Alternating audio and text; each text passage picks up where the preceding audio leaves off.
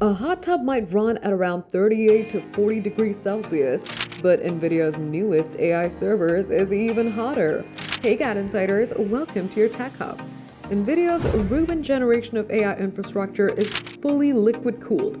No fans, no cold aisles, no walking into a freezer when you're in the server room, just liquid circulating quietly through a closed loop. This is a major update because historically cooling ate up as much as 40% of the data center's electricity bill. Now it's known that raising chiller temps by just 1 degree cuts cooling energy costs by around 4%. The water savings are just as striking. Conventional cooling tower systems can consume roughly 2.6 million gallons of water per megawatt per year. NVIDIA's new 45-degree liquid cooling architecture can bring the number down to nearly zero. That's a complete overhaul of the cooling system on massive data centers. It won't just have an impact on data center costs, but also on the environment. This approach will silence the data centers as well. Normally, you need ear protection inside data centers to keep down the loud noises produced by cooling fans, backup generators, and cooling systems.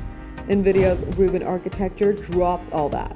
NVIDIA's Rubin gear doesn't just cut down costs on energy and water consumption and reduce noise levels, the servers are also more space efficient, as the system that used to take up to 6 rack units now fits in 2.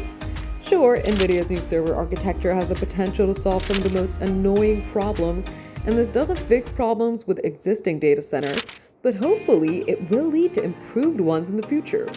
For more updates, subscribe to GadInsider, like and share the video, and don't forget to press the bell icon so you never miss any update.